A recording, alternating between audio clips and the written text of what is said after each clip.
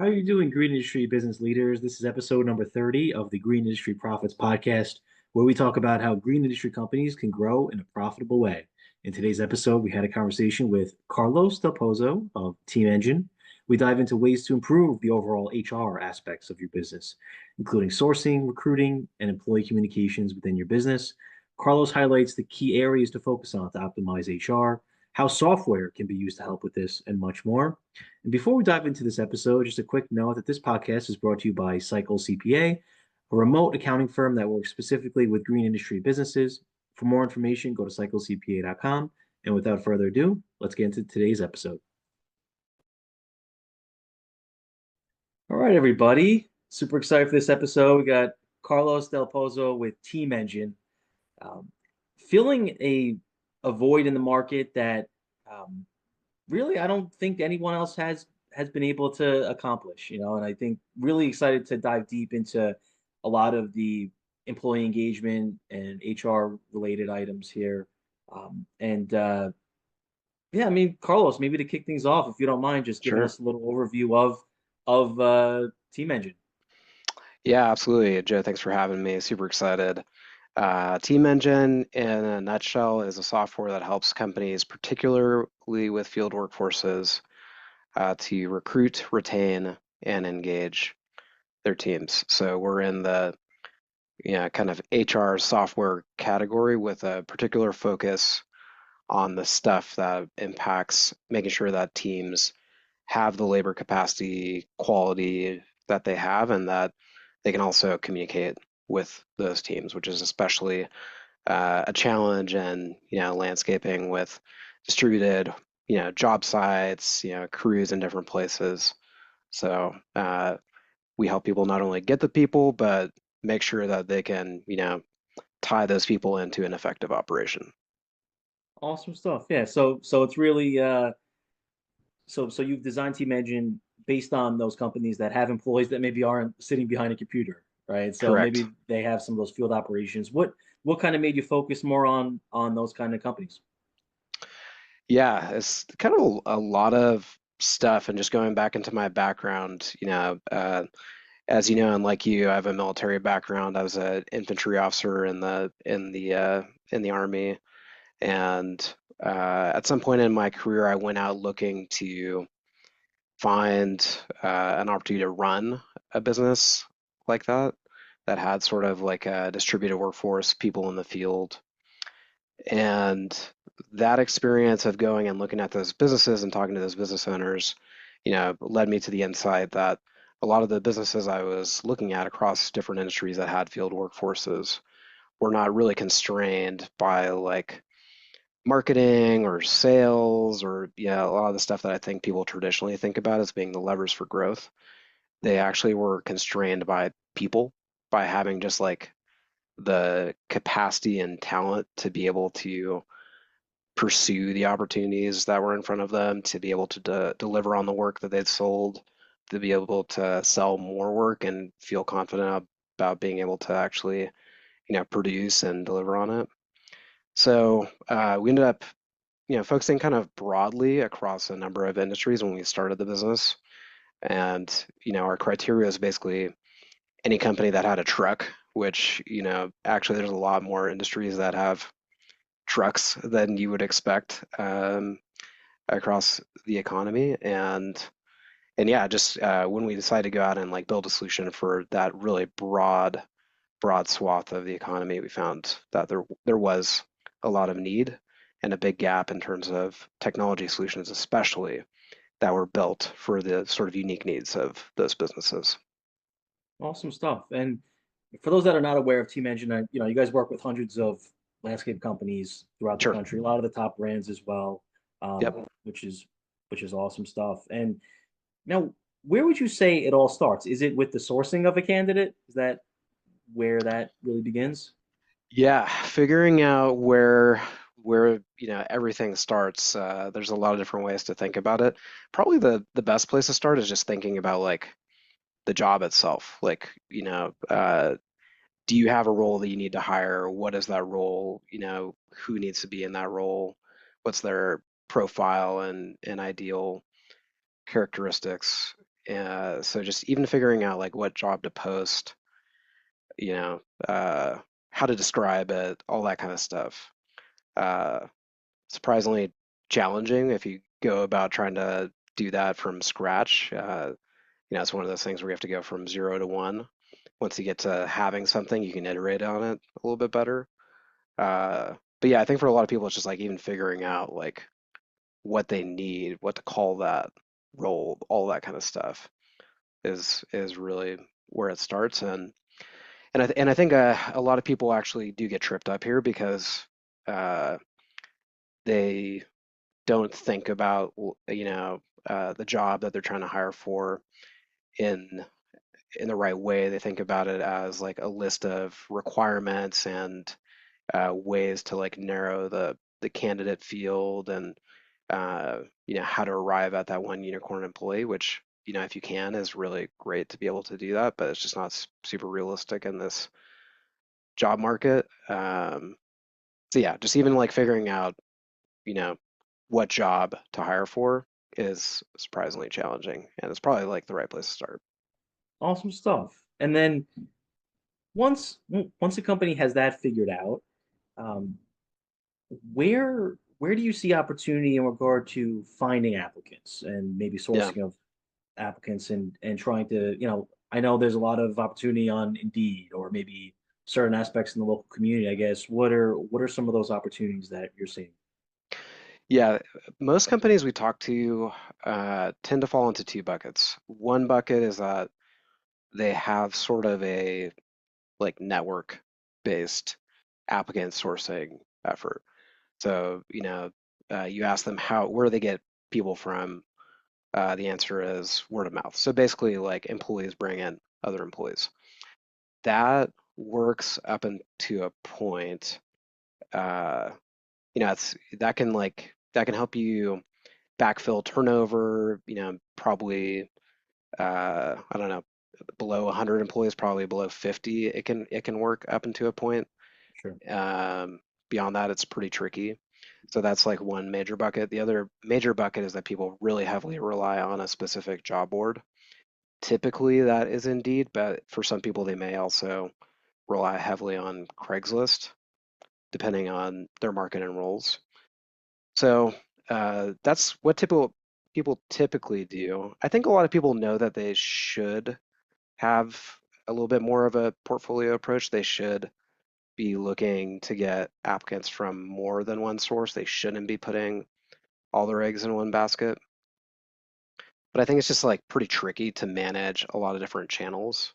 And so that's a place where software can help you, making it really easy to like not just have a job on Indeed, but have that job also on ZipRecruiter and Craigslist as well and Facebook, and have that job also be consistent across all those locations, and then have all those applicants, be able to go into one place. That is a place where software can be really helpful. But like for folks who haven't adopted a software that allows them to do that, they end up sort of, constrained by how much time they can put into managing those channels. And so they sort of end up like doing just one or just relying on, word of mouth, which Yeah. is a little bit more of a, let's kind of like cross our fingers and see what happens when we need somebody kind of an Yeah. option. But for many companies, they can get surprisingly far with that. It's just like at some point, it breaks. Absolutely. Do you see a lot of similarities between what you like the problems you help to solve and then also marketing as well? Like, Oh because yeah, even as you're talking about, it's like word of mouth. It's like, yeah, it's like it's true. It's like, yeah, that could get you some inflow in regard to yep, customers, but at a certain degree, is that as predictable or, is that actually going to move the needle if you want to double your company?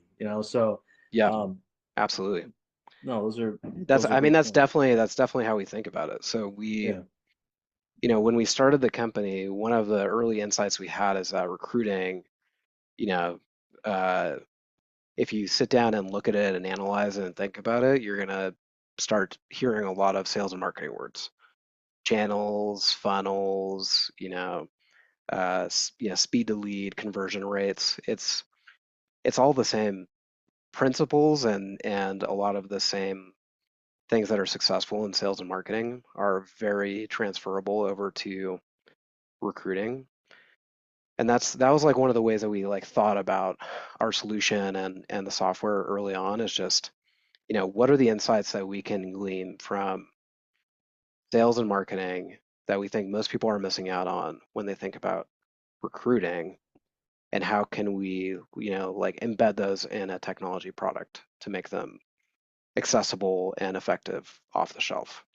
Yeah, And so one of those was like, channel diversification. Like, yeah, word of mouth is not predictable, it's not scalable. You can't, really coin operate it like you could something else like ads. And uh, but at the same time, it's like a really great source for the quality of applicants that you can get from referrals can be really high. And so you don't want to like close it off, but how do you like bridge the gap between where you need to be in terms of your workforce capacity and how far you can get with word of mouth or the channels that you have available to you? And that's where software can play a role. It's going to help you tap into all those other sources. absolutely, Carlos. And there's a lot of companies now that use like the field management softwares, right? Like Yep, Element or Synced Up or Single Ops, Service Autopilot, Spire.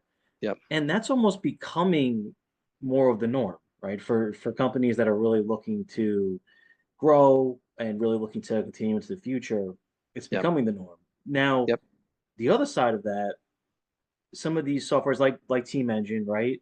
Um, Something like that becomes more of a competitive advantage because there are those other voids where now you can opt into certain things like that, and um, whereas most companies are probably not utilizing and not having a streamlined for that specific aspect of the company, yep. um, which is really really interesting. Um, Now, you had mentioned ZipRecruiter, Indeed, you're kind of getting it from all these sources. How do you track all that stuff?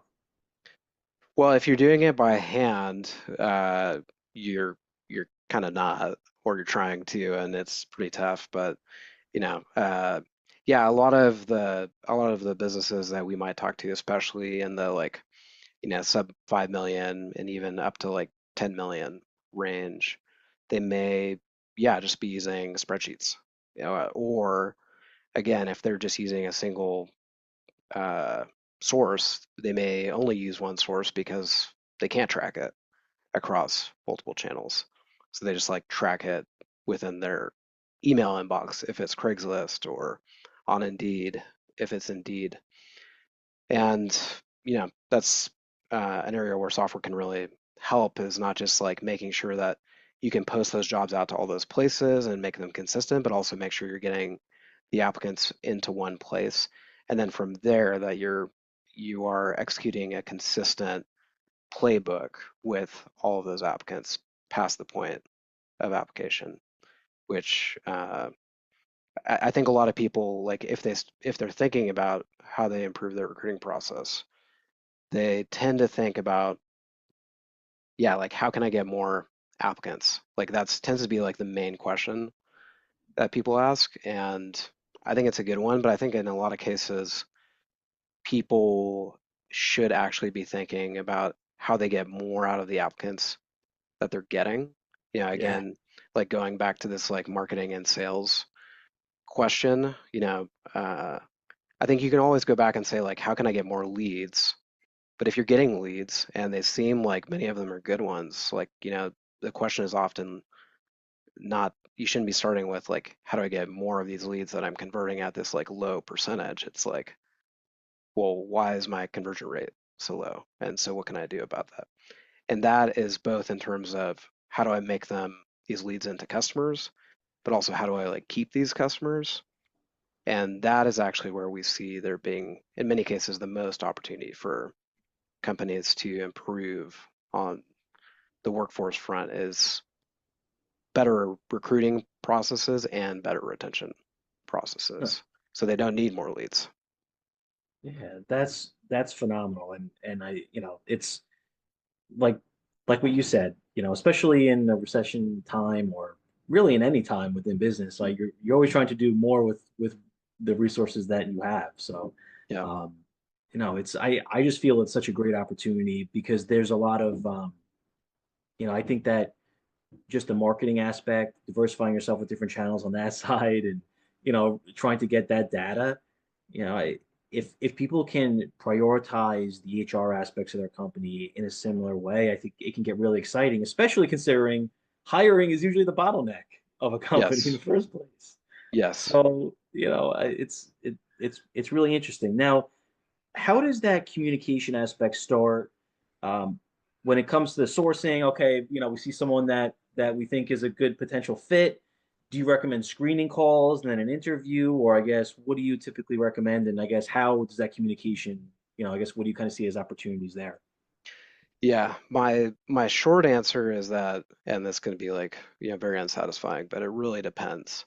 Yeah, But I think at the bottom line is, you know, um, kind of every job is a little bit different, and every like company is a little bit different, and just how you want to approach those different jobs. But the principle that I would apply is again like going back to sales and marketing. You want to establish like some kind of a qualification criteria and have those qualification criteria sort of change over, at different points of the funnel.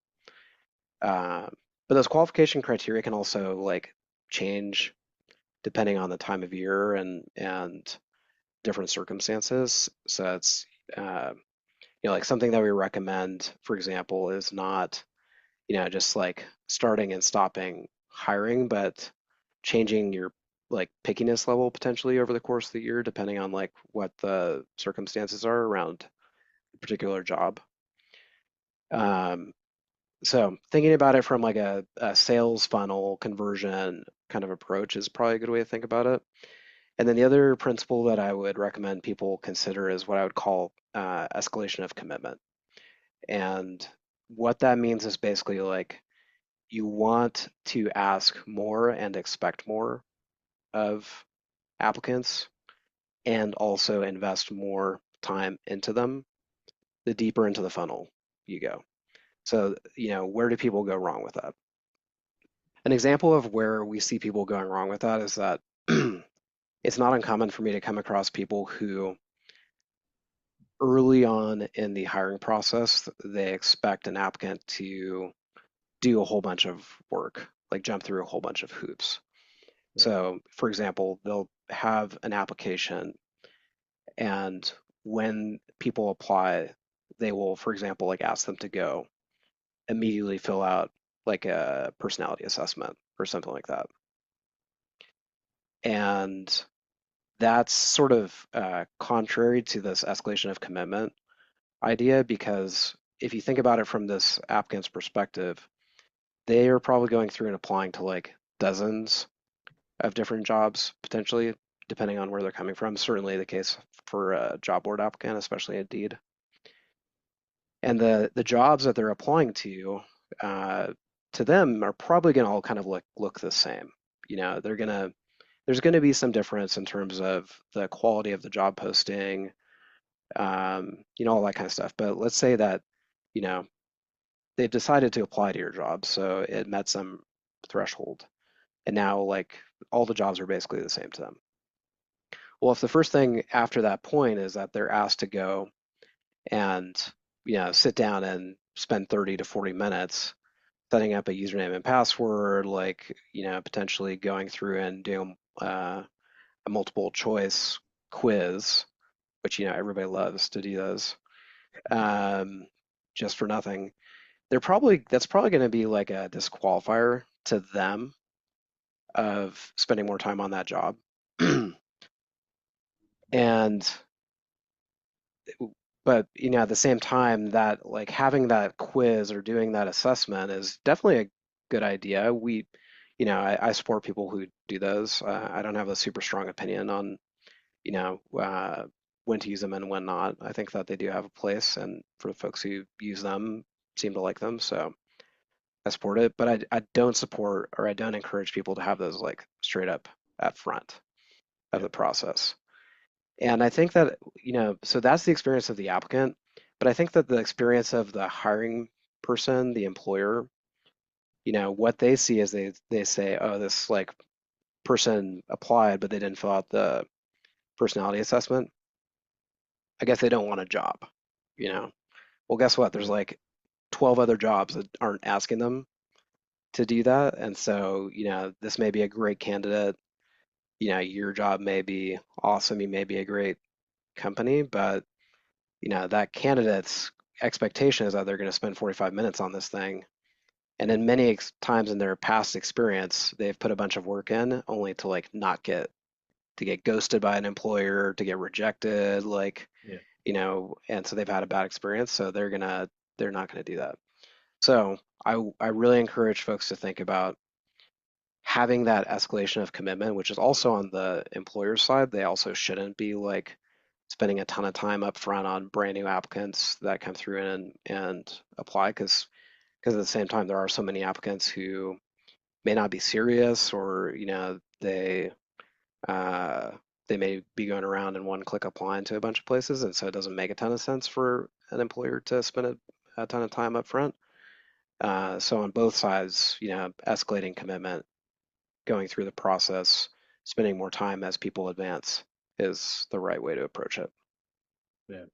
That's awesome. Yeah. I mean, I feel like even if I was applying to a job, it's, I think I would at least like to speak with someone just from a screening call perspective, just having a conversation with someone or something just to get that conversation in or just that process started.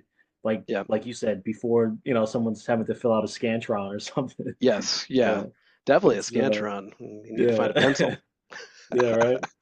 Um, but no, awesome. And then I guess when it comes to like I know even when I'm contacting some potential accountants for roles here at Cycle CPA, within that process, up until they're hired, I oftentimes try to text them. Yep. I feel like you're always going to get a better response or even a quicker response that way, and I think speed has a lot to do with it sometimes as well. I guess, and I know Team Engine has different capabilities revolving Yep. around that, but I guess do you mind kind of diving into how that has how companies can kind of utilize that to their advantage as well? Yeah, we see text and the text format being extremely effective in the process. It's generally the preferred format of communication for most people, and especially with somebody who is your ideal applicant for a role at the end of the day is probably gonna be somebody who's like currently doing that role, and so they're not just like sitting by the phone waiting to be called. And so how can you communicate with them effectively, but in a asynchronous way. So you're not like live, like talking to them on the phone. And that's where text comes in. It also comes in to be very effective because, just people don't answer calls from numbers they don't receive. So especially early in the process, like picking up the phone and just calling somebody is, generally a waste of time. Whereas, as opposed to like sending a text, which, you see the text that you receive, you may not choose to respond to them, but you know, you don't just see like a number, you see the message. So you Yeah, see, hey, this is Joe from Cycle CPA. I'd love to talk to you about, this role. When can you chat? That's gonna be way more effective than, Joe picking up the phone and calling from some, you know, unknown number trying to have that chat or like set up that chat. So definitely early in the process that we find the text messaging to be really effective, but we also find it to be effective kind of throughout. Now, we don't say that people should only be texting. You should definitely get on the phone. You should definitely, get a personal connection, actually, you know, uh, get an interview, get an in-person read or Zoom or whatever. yeah, But the text message format is just a really important tool to have in the toolbox so that you can bridge that gap of like being a stranger to being somebody who's familiar yeah, to an applicant, and it just sets the conditions to be able to get on the phone, get people in the door for an interview, all that yeah, kind of stuff. And then we also see one thing that we learned from seeing people engage in the hiring process through the software that Team Engine helps with this communication piece as well,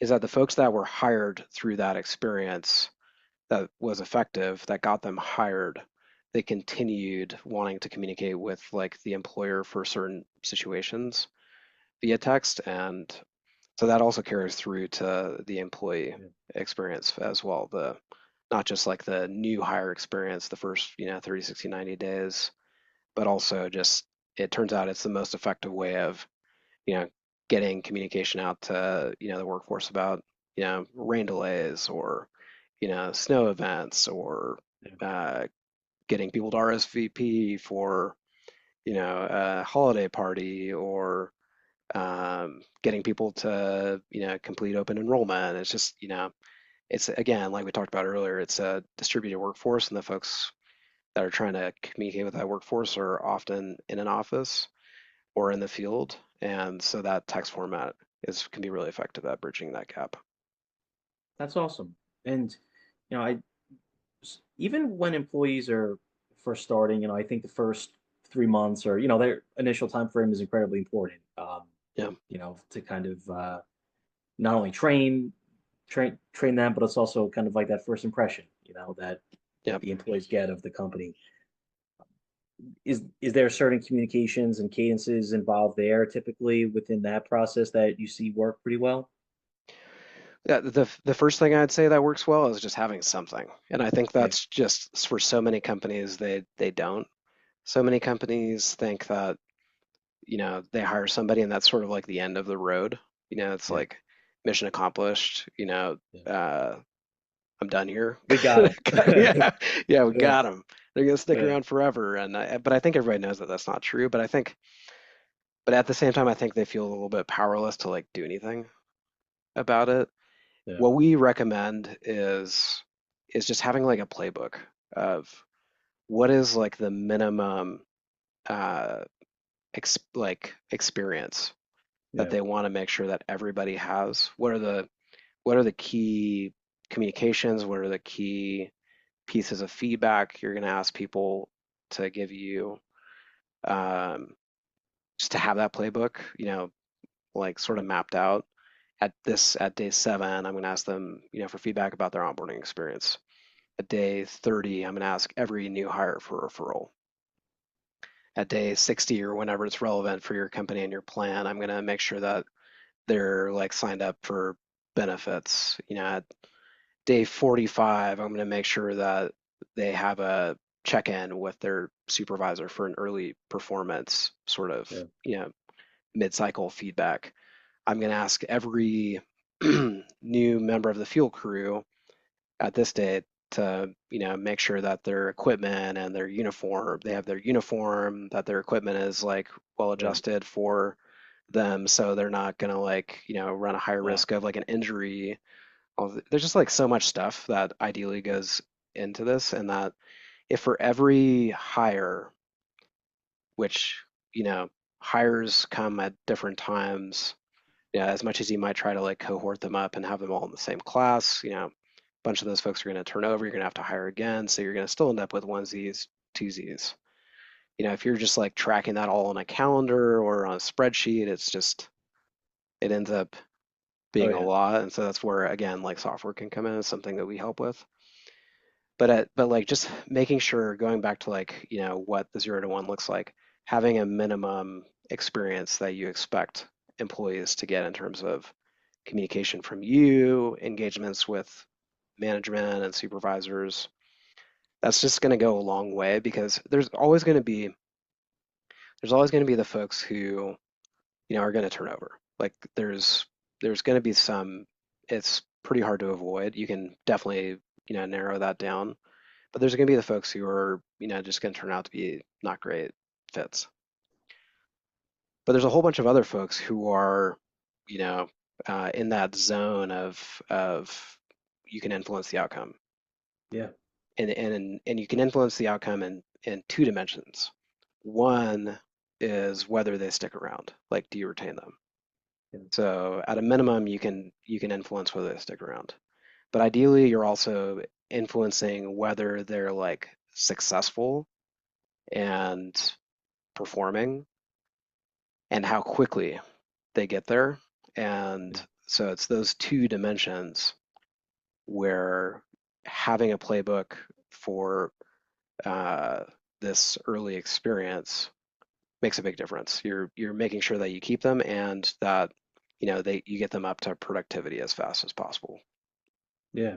And then also ultimately leading, you want them to have an experience where they want to refer their friends and Oh family, yeah, yeah, for and sure. um i- is there a way to systematize that aspect, I guess, when it comes to employee referrals? Like, is there a way to approach that in a different way? I guess a little bit more strategic way? Yeah, yeah, yeah. So yeah, I guess like the usual kind of approach is kind of like what we described earlier. It's like, hey, like, you need people, you tell your people that you need people, they bring you people kind of thing. Yeah. It's a little bit reactive. Um, we do see companies have like employee referral programs, which is really that they'll have like a bonus structure in place for somebody bringing in a new hire. That's great to have. It's an important piece of the puzzle. But again, we go back to this like marketing, sales and marketing component, and like that bonus piece is is good because it's like it's an incentive. You're incentivizing your people to bring you people, but your people also need to be ideally have like a reminder. Like there, you need to have a way of like Yeah. marketing your referral program to your team as Yeah. well, but then also making it super easy for them to make referrals. Yeah. So yeah, we generally see that companies are either like sort of asking for referrals reactively or they like tell their employees about their employee referral program when they're hired. It's one of the like 27 things that they're like throwing at them in the Yeah. first, 3 hours of their employment, and then it kind of like falls by the wayside. So something that we recommend is kind of what I alluded to just now about like the new hire experience. It can be really great if you can really standardize the milestone in a new employee's tenure when you ask them for a referral. And I generally recommend that somewhere between like 3 and 5 weeks. It's kind of like this nice sweet spot where your employee is still in like this like honeymoon phase of being a new employee and being the Yeah. maximum amount of excited they're gonna be in a while. And but at the same time they've like stuck around long enough that they seem like they have a good chance of being successful. Yeah. So it's a good time to ask them, and you can systematize that by making it part of that new hire playbook. But then also just having a way of asking for referrals that also makes it really easy for the referrals to be provided is really key because we also see a lot of folks run into just there being a lot of friction in the process. So Joe wants to refer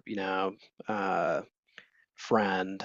Joe comes in, tells Carlos, hey, I've got this buddy who wants to work here. Carlos gives Joe an application or tells Joe, hey, have him come in and apply. You know, Yeah. then like we run into all these obstacles of actually getting that application or getting that person to come in, or they come in, they fill out an application, then they have to come back for an interview, just Yeah. like a bunch of shenanigans. So like having uh, a little bit more of a streamlined process for capturing those and getting those people to apply is can be helpful. That's awesome. I think a lot of it too with the tracking, which I know we kind of spoke about earlier, but even as you were mentioned, some of the points before in regard to just the ongoing communication, even via texting with employees, because there's so many important things that you would want to communicate with them, but there are times when, or maybe someone might think, oh yeah, I can just text them. I'll just text them this, or I'll just Yeah, manually text them, or oh no, I'll tell all of our managers to then pass it yeah, down to their employees, and how many opportunities there is even within that for information to be misconstrued, or yeah, just kind of false fall through the cracks. Yep. Um, and so and it's similar to even what we see sometimes on the accounting side is like, yeah, it's good to have a lot of that data monthly and stuff like that, and why sometimes it's nice to have a third party handle because even though you're busy, it's kind of being more presented to you. So it's kind of Yep. along those same lines. But um, no, I think that that's all awesome stuff. I know you even mentioned, I think oftentimes employees are overloaded with information, Yep. in the first Hmm. day or first week. And it's like maybe you can take some of that and almost remind them uh, of some of those items throughout those first couple months or first Exactly. year, have Yeah. those certain touch points. Yeah. Um, Yeah, because I think a lot of people like do that because they just don't have a good way of ensuring that the information reaches them later yeah, on, to your point. yeah, What we classically see, turning from like the recruiting angle to like the, communication and employee engagement angle. The classic thing is you go and ask a business, how they communicate with their workforce, and then, you know, they have an answer. And so it's like, oh, we use Teams. Or like, oh, okay, well, how much of the workforce is on Teams? Oh, well, just the office staff. Okay, so like, what about the field staff? Um, well, we have the supervisors, relay information. Okay, well, so what if it's like not during like work hours? Like, how do you communicate with them? Oh, well, then we like, send them an email. Okay, well, like, how many of them are like consistently on their email, and how many of them does it reach? Maybe like half of them. Okay, so like, what about the other half? Like, oh, we try to reach them by like putting a note on their like pay stub. Like, okay, well, what if it's not like Friday and you need to reach them? yeah, Well then like I probably like so you end up with this like smorgasbord of like yeah, stuff that people use to try to like just communicate yeah, in their business and and you know and I think a lot of people don't think there can be a single thing that yeah, actually works for everybody. And so that's kind of like the solution that we provide is that one thing. It's like yeah, for the people in the office, you're in the software. For the people in the field, you're communicating via text. For the supervisor in the field, they're on the app, using it yeah, to communicate. yeah, And it's kind of mind blowing, like when you go from having this like, I need to communicate this thing out to people, and you know, I have no idea if it's reaching them or if it's being communicated yeah, in the right way, to having like, you know, something that is working is pretty impactful. And I think the yeah, other thing that people um, might consider is it can be pretty effective to like go through the supervisors to communicate with the teams for one reason that we haven't talked about is like especially in the green industry, often a lot of that crew is like Spanish speaking, and maybe the supervisors can also do the translation. But it works, but it's not. There's a lot of stuff that we end up trying to communicate out to our field teams that it's just like not really like the stuff that supervisors should be communicating about. Like if it is, HR related stuff, especially like open enrollment, like, yeah, you're going to put it on them to explain like how open enrollment works and like, how they should be like approaching it and all that kind of stuff. Like, yeah, and I think that's in that kind of like supervisor layer is where a lot of the like talent gap is also in the industry. So, you know, yeah, we're just like making that worse by asking them to do even more yeah, stuff, yeah, like it really should be the company and like, somebody in the office that's communicating about that stuff out to the field versus yeah, asking the supervisors either A to like explain it or B to be going and, being the keynote in like a phone tree about rain delays and stuff. Like, no, I yeah, just like take that off their plate. They've got enough yeah, stuff already. So I think that's an important piece that uh, people often like just see that it's working, but it's like at what cost is it yeah. working at the end of the day? That's a that's a great point, Carlos. Because even as the owner, you might think, oh no, they're just passing on the message. But once the employee gets the message, who are they going to go to with questions? And then if they go to that supervisor and they don't and they only know 50% of what's going on with that, is that Yep. going to limit the employee and their ability to get the correct information or, follow the correct process? Right. Um, I'd be very curious to kind of see what percentage of employees end up moving on to another employer because of either a lack of communication, miscommunication. Because I know even things just like in-person meetings quarterly or yearly or um, being able to schedule that out on, software like Team Engine or just those different communications built in. Yep. Um, I don't know if you know those stats, Carlos, but I mean, I'm Mm. sure it's a considerable amount of people that move on because of communication. Is It's a that pretty, well, I think at the end of the day, I'd say that, people talk about how, people don't quit like companies or jobs, they yeah, quit like managers or in yeah, people. And, kind of like the core component of management and leadership is communication. yeah, yeah, And so that manifests in a ton of different ways. Um, I think, you know, again, going from like kind of the 0 to 1 of making sure that there is good communication at the company, a practice that a lot of people have is like having kind of like town halls, team meetings, yeah, getting, people all in one place talking about stuff. And, this is also very easily executed by having just like the morning, like, stand up huddle yeah, kind of thing. And so communicating about key stuff beyond just like what jobs everybody's doing in any yeah, given day is an important use of that. But then like people just communicate differently too. yeah, And this was one of the things that one of my big learnings from like the military was, you know, uh, being a platoon leader and being an officer and running kind of like small units. As a platoon leader, had like, 40 people in that I was responsible for.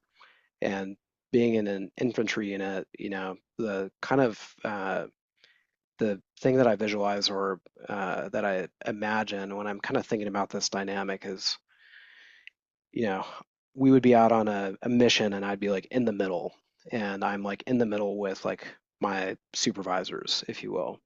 And we're like talking about the plan and thinking about what we're going to do and, figuring out what's going on. But then like all the soldiers and all the privates and, specialists are on the outside kind of looking out.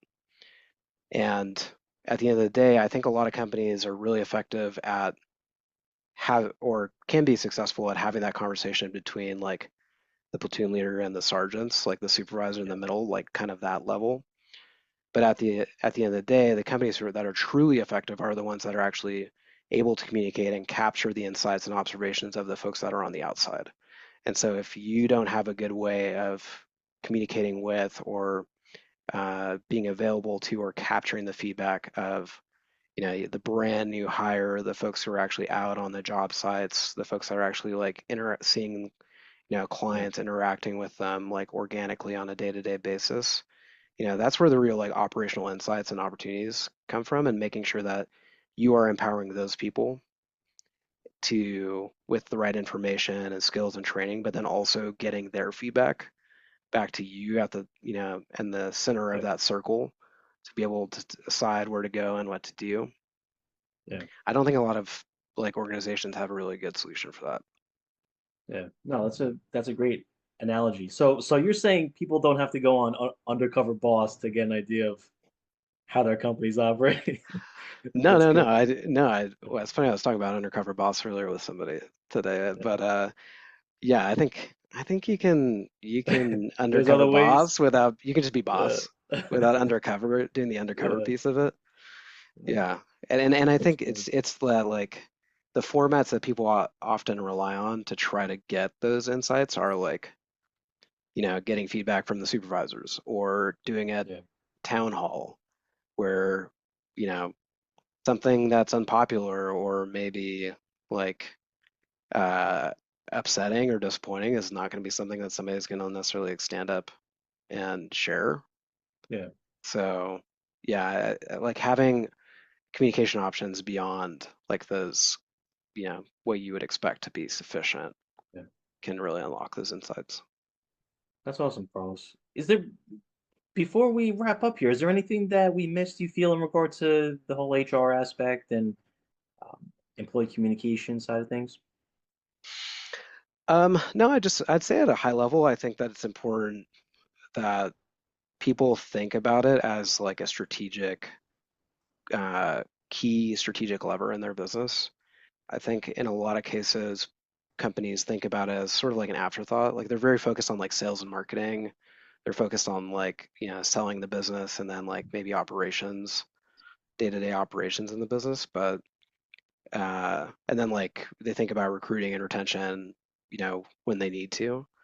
But it's such a key aspect. It's like you can't Yeah, do the job, you can't do the work without having the people. So it yeah, seems a little bit backwards to me when I see people thinking about it like that. It's like this is like the key like lever in the business is do you have the people?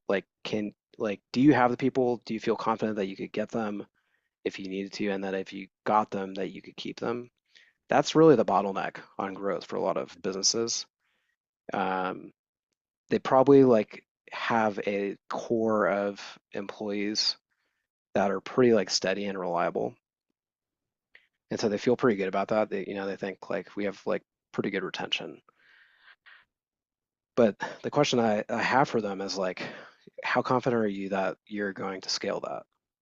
yeah, And and I think a lot of companies, you know, uh, they may be in a good spot where they have pretty good retention at like, 30 employees or something like that. But are you gonna have good retention at 40 employees when you go beyond just like, the people who you yeah, really know well and who you've had in the yeah. company for a long time?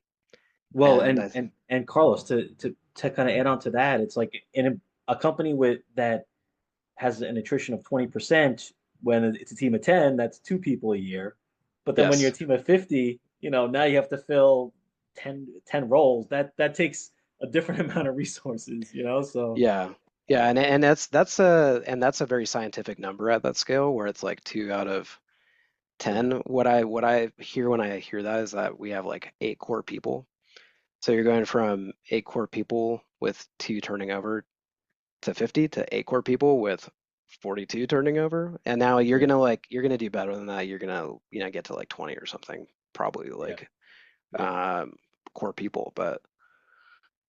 But yeah, like that percentage tends to not hold. It's like actually the absolute number is a little bit more likely what you're gonna expect.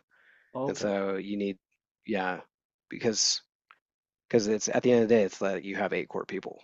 You know, yeah, yeah, it's those people that actually are, keeping the business going. So how are you going to get yeah, to having 40 core people? Yeah, that's a bigger lift than it seems like.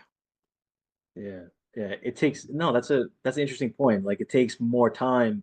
If you add on 40 employees from that 10, it takes a lot more time to reach, let's say, 30 core people out of Yes. that set. It doesn't just take a year per se, right? Because you're filtering through a lot of those different people in the first 3 months to a year. Yeah. So yeah, no, that's a good point. And I think a lot of people almost need to build that into their budget and their expectations too. So, um, Yeah.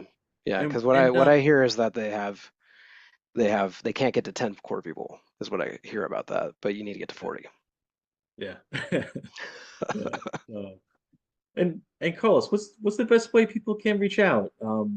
Yeah. Whether to you, or if they're interested in Team Engine, or Yeah, they can find me at on LinkedIn, or my email is carlos@teamengine.io. Our website is teamengine.io. Folks can check us out there. We have a bunch of resources on that site. We have a bunch of like job description templates and other examples of content. Something we just released also is a tool that allows people to put in like information about them that's pretty straightforward, basically just their email, and then we look at their company email domain and use AI to look at the website and then propose like an attractive job description and job ad for them to post, which is pretty sweet. So they don't have to like it basically relies on the work that they've done on their website already to Yeah. position their employer brand well. So yeah, you can reach out to me there. You can find me there. You can also, you know, choose not to reach out to me and find a bunch of helpful stuff on there as well if you don't want to talk to anybody. So yeah, lots of different ways that hopefully we can be helpful to folks. Awesome. Well, thank you very much, Carlos. Like I mentioned, I think a lot of companies use a lot of the field management softwares, but to really get a competitive advantage, do things that maybe your competitors are not doing. I think this is a perfect example of something that could be implemented. Um, but yeah, no, Carlos, thanks for taking the time here. Yes, sir. Thanks, Joe. Appreciate it.